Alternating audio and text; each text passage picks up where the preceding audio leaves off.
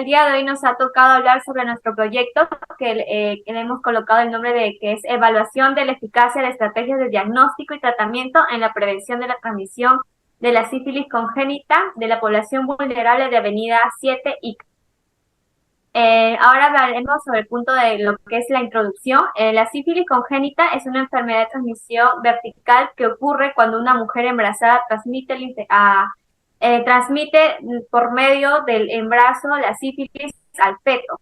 Esta condición puede resultar en complicaciones graves como muerte fetal, parto prematuro, bajo peso al nacer, discapacidades a largo plazo como lo que es ceguera y sordera.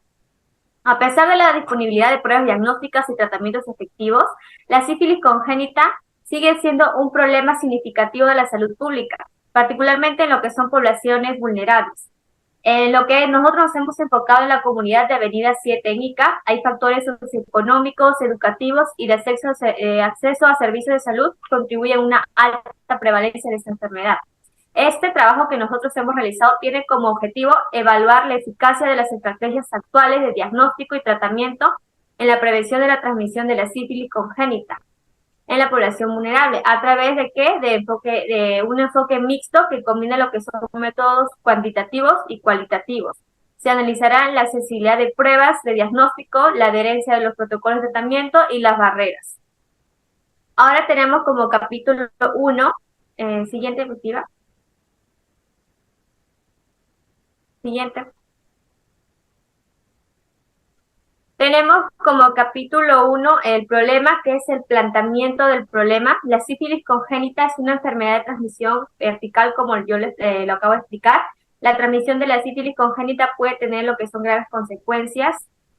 Y nosotros, en la zona de la Avenida 7 en Ica, se observa una alta incidencia de sífilis congénita, lo cual plantea la necesidad de que evaluar la eficacia de las estrategias actuales de diagnóstico y tratamientos implementadas para prevenir esta enfermedad.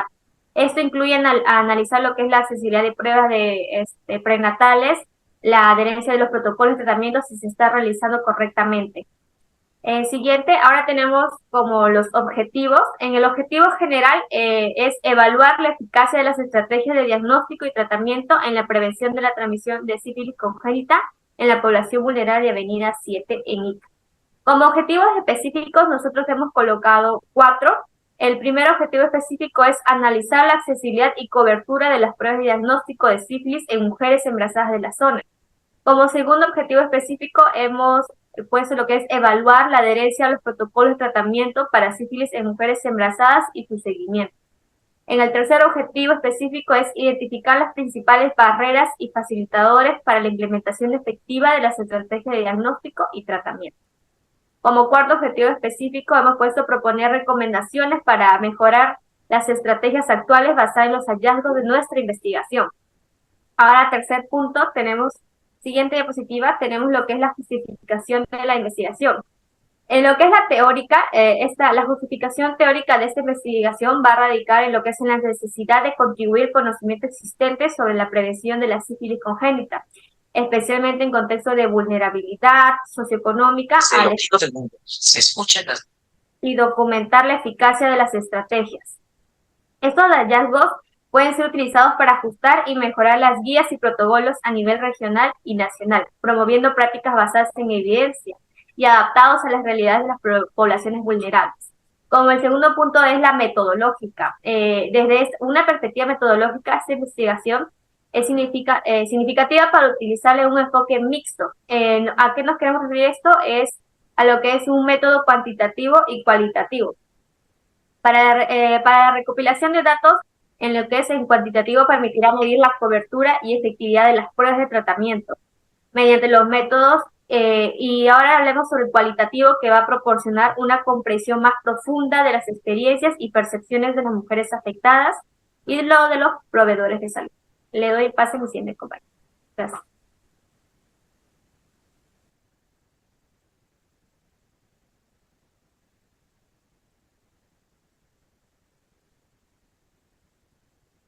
Ahora, en Latinoamérica, varios estudios han demostrado eh, que la implementación de pruebas de diagnóstico rápidas y el tratamiento oportuno con penicilina pueden reducir significativamente la incidencia de la sífilis congénita. Eh, en esta ocasión nos centramos en tres antecedentes. Los antecedentes internacionales en Colombia, un estudio realizado para identificar qué relación tenía una sífilis con una situación migratoria que actualmente se presenta en la región fronteriza del norte de Santander y el incremento de los casos de sífilis de dicha región. Los resultados fueron que el 60% tenían edades entre 18 y 26, con una media de 21 años, 61% de convivientes y el 77,8% de estudios de secundaria. El 81% de ocupación ama de casa en las características obstétricas que se encontró, el 80% tuvieron cuatro o menos atenciones prenatales. Al final se concluye que el número de parejas sexuales, número de gestaciones anteriores, edad gestacional y el número de atenciones el número de atenciones al control tienen relación significativa con la sífilis con gestacional. También tenemos antecedentes nacionales. En Lima se realizó un estudio para determinar la relación entre los factores de riesgo y las características gineco-obstétricas con la sífilis en gestantes atendidas en el Centro Materno Infantil Villa María del Triunfo. Se informó que eh, tres gestantes, no, 63 gestantes fueron el resultado. Dentro de los factores sociodemográficos se encontró que el 54% tuvieron edades de menores a 19 años y el 77,8% procedían de la zona urbana. El 58,7% de ellas eran solteras y el 47,6% tenían secundaria incompleta. En los factores obstétricos se observó que el 47,6% fueron primigestas, no tuvieron antecedentes de aborto y el 63,5% tuvieron menos de 6 atenciones prenatales. El 77,8% tuvo el inicio de relaciones sexuales menores a 18 años. En los factores conductuales tenemos que el 66,7% a veces utilizaba preservativo, no consumían alcohol ni drogas en 85,7% y en 88,9% respectivamente. Concluyo que existen factores de riesgo relacionados a la sífilis de gestantes. Los factores de riesgo sociodemográficos que tienen asociación con la sífilis son los antecedentes, procedencia urbana y el ser soltera. Y tenemos el antecedentes locales. En Ica, el 2016 al 2020 se tuvieron 136 casos de sífilis materna, observando un incremento en el año 2019 de 55 casos. Estos se tuvo un 30 casos notificados de sífilis congénita que hacen el 2,2% de las notificaciones a nivel nacional. En Ica, factores de riesgos asociados a la sífilis en gestantes o a término de ser atendidas en el Hospital San Juan de Dios Pisco. Se encontraron en Ica que las gestantes con sífilis tuvieron una sola pareja sexual con respecto al uso de preservativos. El presente de trabajo muestra que nunca utilizaban preservativos en más del 50%, lo que cual indica que la paciente se encuentra expuesta contra cualquier tipo de infección. Resultado se encontró en Ica, donde el porcentaje fue del 74,1% y 60% respectivamente. Ahora le paso a mi siguiente compañero. Siguiendo con la exposición, yo le voy a hablar un poco acerca de lo que es el sífilis. Bueno, la sífilis es una enfermedad cuyo nombre fue creado por Girolamo Fracastoro, un médico y científico italiano en 1530. Fracastoro escribió un poema llamado Syphilis Morbus Gallicus, donde narró la historia de un pastor llamado Sifilo, quien fue castigado con esta enfermedad por el dios Apolo por haberle ofendido. Al final, Sifilo fue curado con un remedio milagroso proporcionado por la diosa Diana.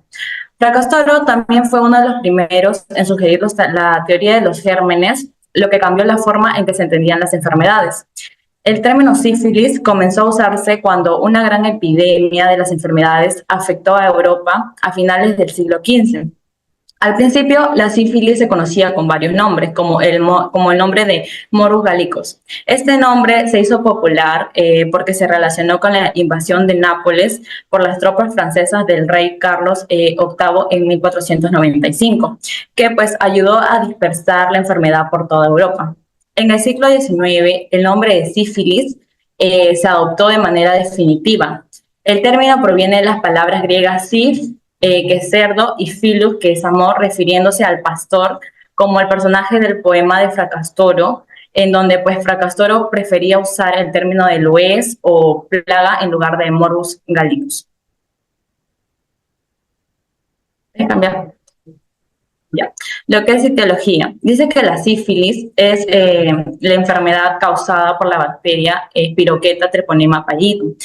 Esta bacteria se transmite principalmente por vía sexual o pues también durante el embarazo, en donde la madre puede contagiar al bebé.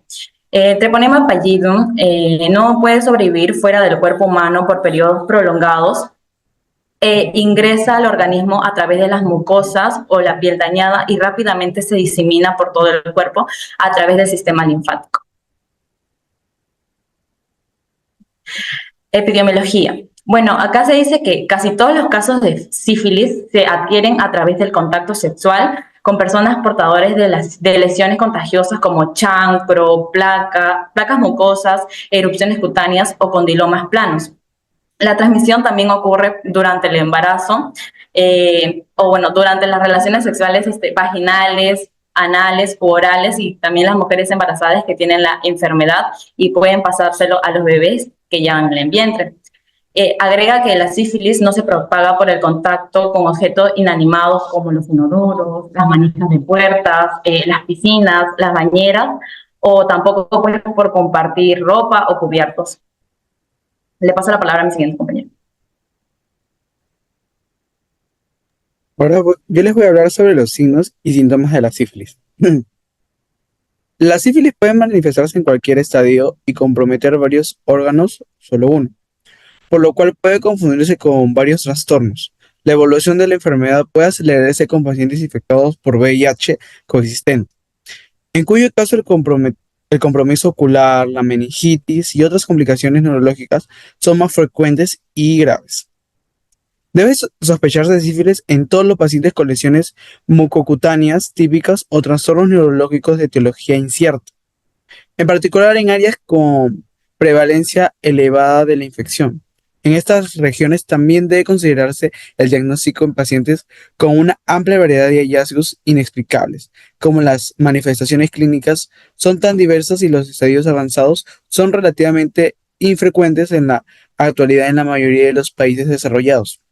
La sífilis puede pasar inadvertida. Ahora les voy a hablar sobre la sífilis primaria, sus signos y sus síntomas. Desde un periodo de incubación de entre 3 y 4 semanas, aparece la lesión primaria, que es el chancro. En el sitio de la inoculación, la pápula eritematosa inicial se convierte en un chancro, que está constituido por una úlcera indolora con base firme que cuando se fricciona produce un líquido transparente con gran cantidad de espiroquetas. Los ganglios linfáticos circundantes pueden estar agrandados. Los chancros pueden localizarse en cualquier parte del cuerpo, pero son más frecuentes en las siguientes áreas, las cuales son el pene, el ano, el recto en los hombres, vulva, cuello uterino y perineo en las mujeres, labios o boca. Alrededor de la mitad de las mujeres infectadas y un tercio de los hombres infectados no saben que tienen chancro, ya que causa pocos síntomas. Los chancros en el recto o la boca, por lo general en los hombres a menudo pasan desapercibidos. El chancro suele curarse entre 3 a 12 semanas. Luego los pacientes parecen completamente sanos. Ahora sobre la sífilis secundaria. Los síntomas aparecen entre 6 a 12 semanas después del chancro. Algunos de los síntomas generales son la fiebre, anorexia, náuseas, cansancio y dolores de cabeza, pérdida de audición, problemas de equilibrio y trastornos visuales y el dolor de los huesos. Tiene una lesión mucocutáneas en mayor del 80% de los pacientes.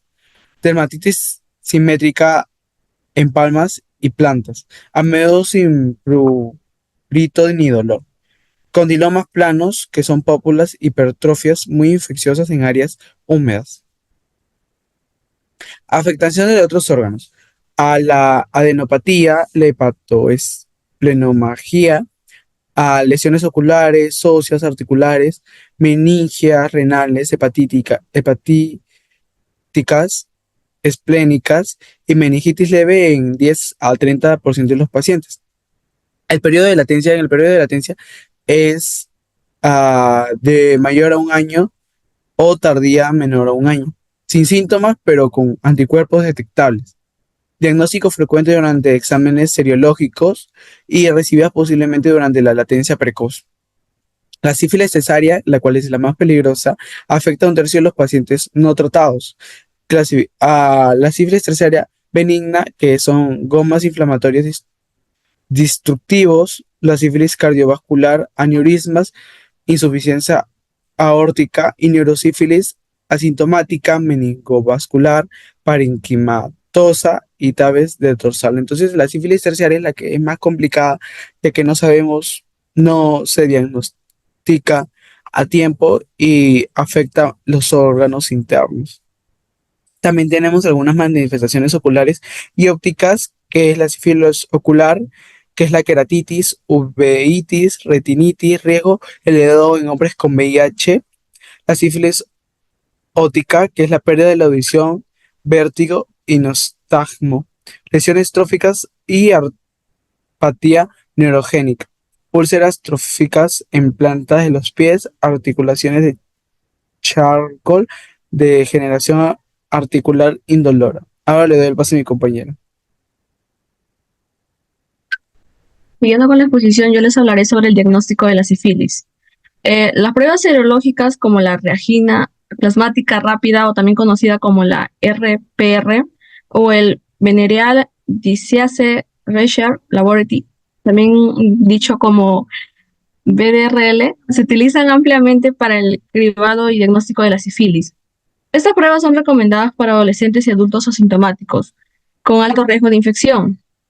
También para detectar la sífilis en el sistema nervioso central se prefieren pruebas serológicas específicas para el treponema, como la absorción de anticuerpos antitreponémicos fluorescentes o ensayos de microaglutinación de anticuerpos contra el treponema pallidum. Y el diagnóstico y seguimiento de la sífilis neurológica se realiza mejor con pruebas reagínicas cuantitativas en el líquido cefalorreico. Siguiente diapositiva, por favor.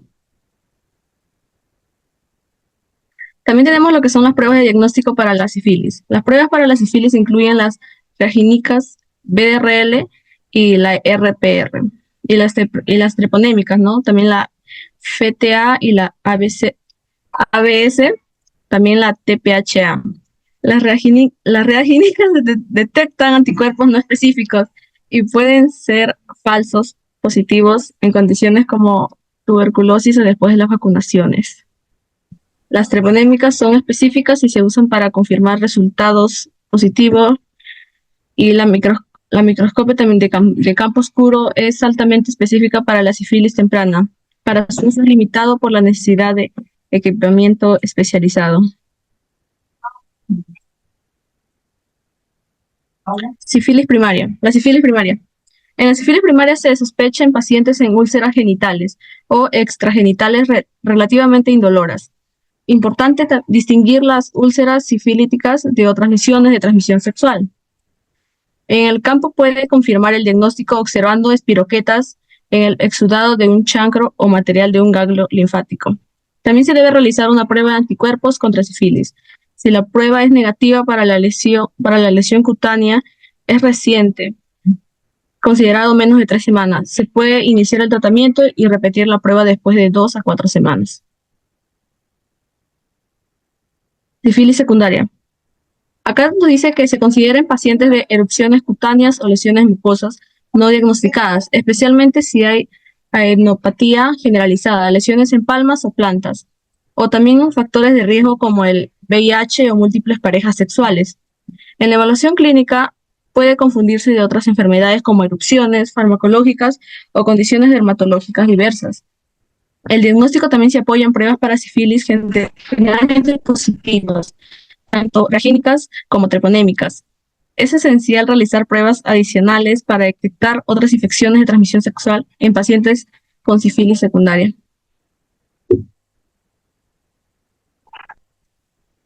Y tenemos la sífilis latente. La sífilis latente asintomática se diagnostica con pruebas positivas. pero sin síntomas activos requiere de una evaluación exhaustiva para descartar sífilis secundaria terciaria. Los criterios incluyen cambios recientes. Yo les voy a hablar sobre el tratamiento de la sífilis. Tenemos la penicilina G benzatínica para la mayoría de las infecciones, la penicilina aquosa para la sífilis ocular o neurosífilis y les voy a hablar que todas las parejas sexuales de un paciente con el diagnóstico de sífilis deben ser sometidas a evaluación. Las parejas sexuales son tratadas en las siguientes circunstancias. Las personas que tuvieron contacto sexual con un paciente dentro de 90 días previos al diagnóstico de sífilis primaria, secundaria o latente temprana deben de tratarse de manera presuntiva por sífilis temprana, incluso si los resultados de las pruebas serológicas son negativos.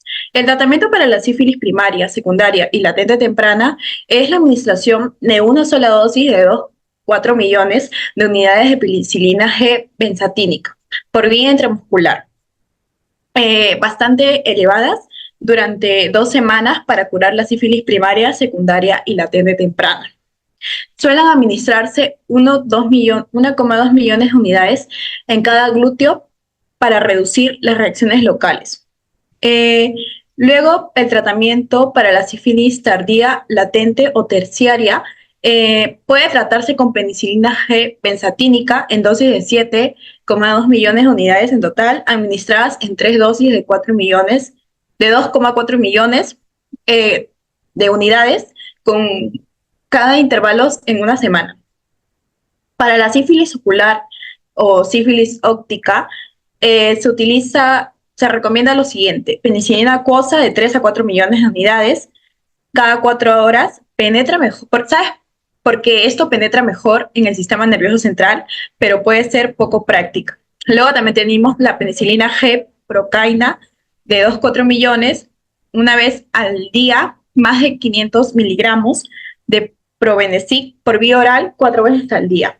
Ambos fármacos se administran durante 10 o 14 días seguidos por 2 a 4 millones de unidades de penicilina benzatínica por vía intramuscular una vez a la semana durante 1 o 3 semanas después de completar estos regímenes de tratamiento para la neurosífilis. Siguiente diapositiva, por favor.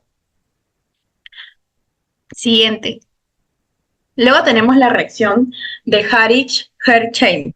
La mayoría de pacientes con sífilis primaria o secundaria, en especial la última, presenta este síndrome entre las 6 y 12 horas después del inicio del tratamiento. Esta se manifiesta típicamente con malestar general, fiebre, ansiedad, rigidez o exacerbación temporaria de las lesiones sifilíticas. El mecanismo que ocasiona esta reacción no se comprende y la reacción puede confundirse con alergia. Suele ceder en 24 horas y no expone en riesgo alguno al paciente. No obstante, los pacientes con paresia generalizada o aumento de recuento celular en el líquido cefalorraquídeo pueden presentar una reacción más grave, como convulsiones o accidentes cerebrovasculares, y deben asesorarse y controlarse en manera apropiada. Los pacientes con sífilis no diagnosticada que reciben antibióticos antiteponémicos para tratar otra infección pueden también recibir esta reacción, pero de manera no anticipada. Siguiente diapositiva, por favor. Luego tenemos el control posterior al tratamiento. Después del tratamiento, los pacientes deben ser sometidos a exámenes y pruebas reagíricas a los 3, 6 y 12 meses y una vez al año, a partir de entonces hasta que la prueba no sea reactiva o hasta tener una reducción duradera de 4 veces en el título. En los pacientes con neurosífilis deben solicitarse evaluaciones en el líquido cefalorraquídeo cada 6 meses hasta que el recuento celular en este medio sea normal. Los pacientes deben conocer la importancia de la realización de pruebas a intervalos frecuentes para confirmar la curación antes de iniciar el tratamiento. Si los títulos de los anticuerpos no disminuyeron 4 veces a los 6 meses, debe sospecharse de un fracaso terapéutico.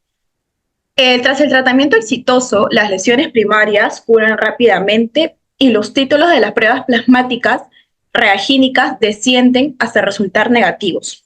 En alrededor de 15% de los pacientes con sífilis primaria o secundaria tratados de la misma manera, el título de la prueba reagínica no disminuye 4 veces. Es decir, el criterio usado para definir la respuesta al daño del tratamiento en estos pacientes deben ser seguidos clínicamente y serológicamente, también deben ser evaluados para la infección por VIH. Las pruebas treponémicas pueden ser positivas durante décadas o durante toda la vida del paciente y no deben utilizarse para controlar el progreso. Entre 6 y 9 meses después del tratamiento, el paciente puede presentar una recidiva serológica o clínica que en general afecta al sistema nervioso, pero la causa puede ser una reinfección en lugar de una recidiva. Le doy pase a mi siguiente compañero.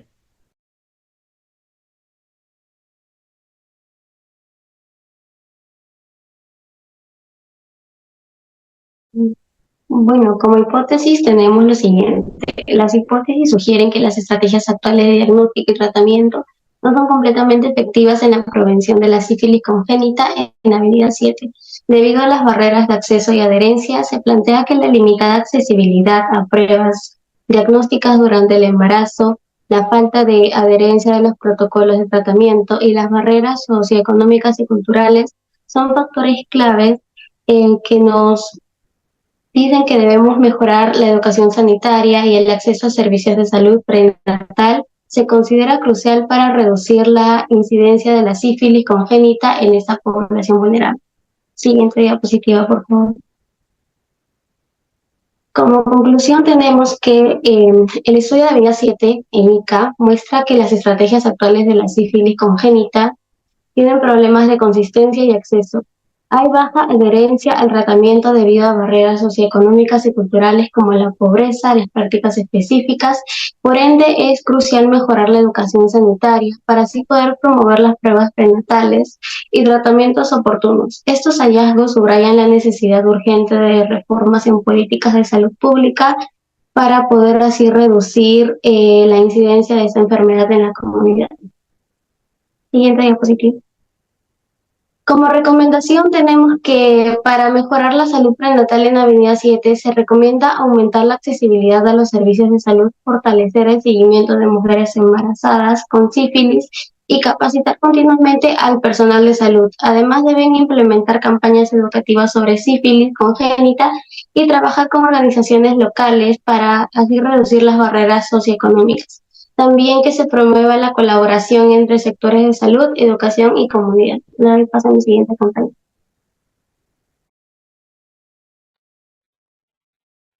Entre lo que corresponde a los anexos, en esta primera imagen tenemos lo que viene a ser una sífilis primaria, que viene a ser un chancro genital.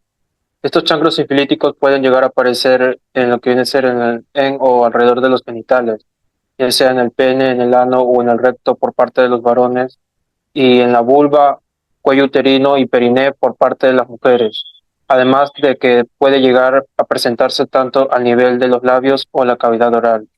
Luego de ello tenemos lo que viene a ser, siguiente diapositiva por favor, lo que viene a ser la segunda imagen que corresponde a una sífilis secundaria, que esto se da más que todo a nivel corporal, donde imita muchas otras dermatosis y causa una erupción difusa que puede ser maculosa, papulosa o pustulosa con lesiones separadas o confluentes. Siguiente diapositiva. Y luego la tercera imagen que viene a ser una sífilis secundaria también, pero que es una goma que no es más que una, que esto corresponde a una sífilis terciaria, pero que está en una etapa avanzada. Y esta herida es una masa de tejido inflamado donde puede llegar a afectar parte de la piel, hueso y órganos internos, siendo estos tumores un tanto blandos, inflamatorios y destructivos. Siguiente. Luego, para poder culminar, tenemos lo que viene a ser el caso clínico con respecto a la sífilis congénita. Aquí se nos muestra a nuestro paciente que tiene por datos que María Gómez, donde es una mujer de 28 años en su sexto mes de gestación, donde acude al Hospital Regional de la ciudad de Ica debido a que presenta una lesión genital como una alteración en la coloración de la textura de la piel. Sus signos vitales indican una elevación de lo que es la temperatura corporal, siendo de 38,7 grados centígrados, pero sus otras constantes vitales están dentro de los rangos normales. Durante el examen físico se observó que está orientada y que presenta una erupción cutánea, acompañada de úlceras visibles en la zona genital sin secreción, por lo que se recomiendan realizar pruebas diagnósticas adicionales para poder determinar las causas de las lesiones y la erupción, y así poder comenzar con un tratamiento adecuado considerando su estado de embarazo y antecedentes. Siguiente. Luego vamos a empezar con lo que viene a ser el proceso de atención de enfermería, más conocido como el PAE. En la primera etapa, que viene a ser la valoración, que esto es más que todo una recopilación y validación y organización de los datos de acuerdo a nuestro paciente, donde en este primer punto tenemos sus datos de identificación, que vienen a ser sus nombres, que es María Gómez, la edad de los 28 años, sexo femenino, estado civil casado, ocupación ama de casa, la semana de gestación, 24 semanas, sus antecedentes familiares, que esto nos llega a mostrar que tiene una madre con diabetes tipo 2 y un padre con hipertensión. Asimismo tenemos que no tienen ningún tipo de alergia, su lugar de procedencia de ICA, la dirección domiciliaria, y es una información que es proporcionada por parte del paciente. Además, su motivo de consulta, que viene a ser por una lesión genital y una erupción cutánea. Luego en ello tenemos el examen físico, que en la primera parte es el cefalocaudal, que es la apariencia general, una constitución media, faciales de tristeza, pálido, malestar, aparente, también muestra una aparente autoestima baja, y, y con respecto a su edad también aparenta lo que viene a ser la edad que tiene. Luego de ello tenemos su estatura, que es de 1,70, y este peso es de acuerdo a su altura, vestimenta limpia y adecuada, las características del lenguaje, que es normalmente comunicativa, y una postura erguida.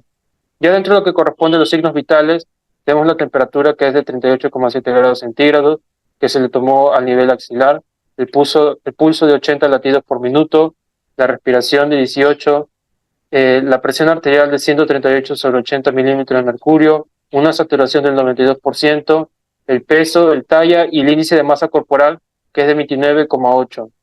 Luego en ello tenemos el examen de la piel, donde nos llevó a mostrar lo que vienen a ser las lesiones, que son un tanto verrugosas y húmedas, la piel, que es la erupción cutánea, y a nivel de los genitales se llegó a presentar úlceras visibles sin secreción y ciertas lesiones, que es por la irritación que se da como consecuencia de la aparición de las verrugas. Siguiente diapositiva.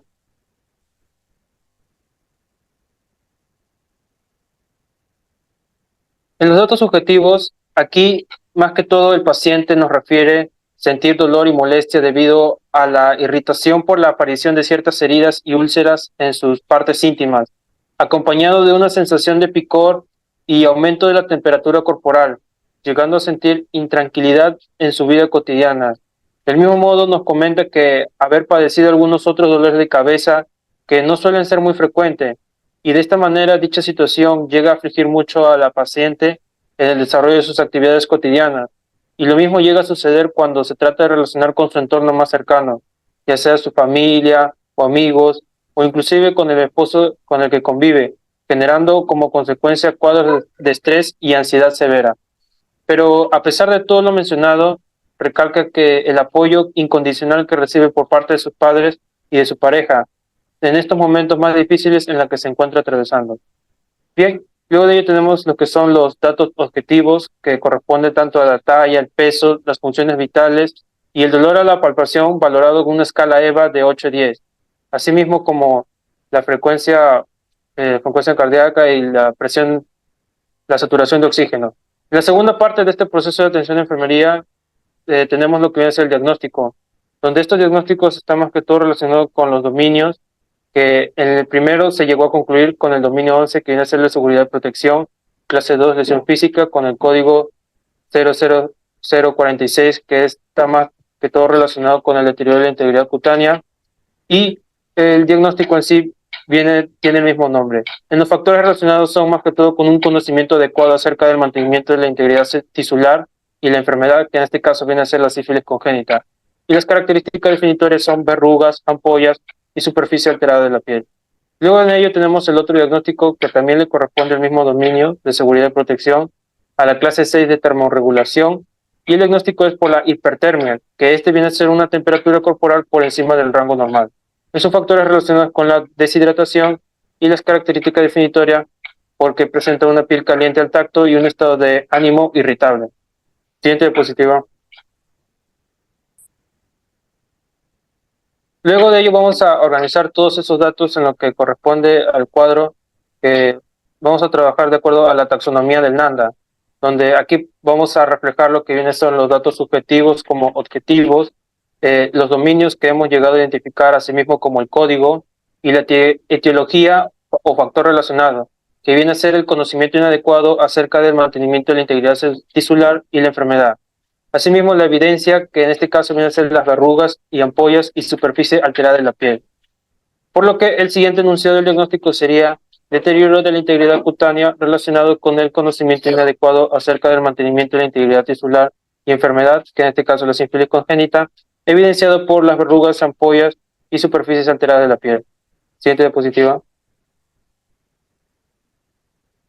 Asimismo, tenemos lo que corresponde al segundo diagnóstico, donde nos muestran los datos tanto subjetivos como objetivos y que corresponde al mismo dominio, salvo que en esta clase viene a ser la termorregulación. Asimismo, el código con lo que viene a ser la hipertermia y la etiología o factor relacionado que es la deshidratación.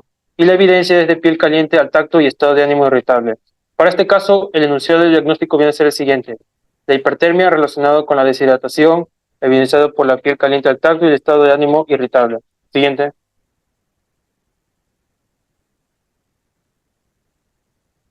Asimismo, también vamos a trabajar con lo que es la taxonomía de la clasificación del NOC.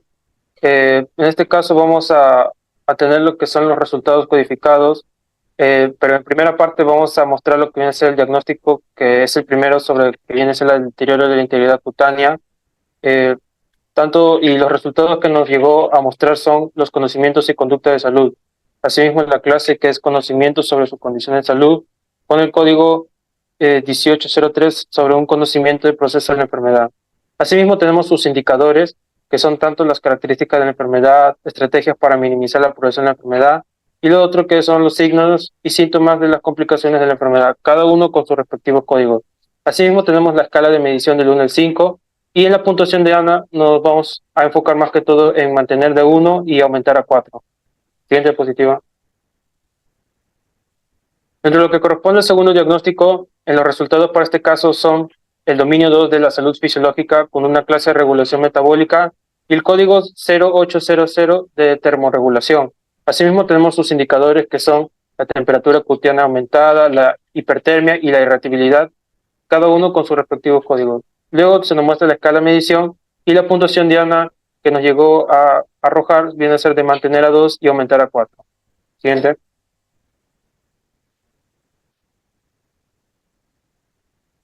Asimismo tenemos lo que son la etapa de la ejecución, que vamos a trabajar con la taxonomía NIC, donde en este caso se nos muestra el primer diagnóstico junto con la etiqueta, que en este caso viene a ser el dominio 2 del fisiológico complejo, la clase que es control de la piel, heridas, código 3590 vigilancia de la piel, y su definición que es más que todo una recogida y análisis de datos del paciente con el propósito de mantener la integridad de la piel y mucosa.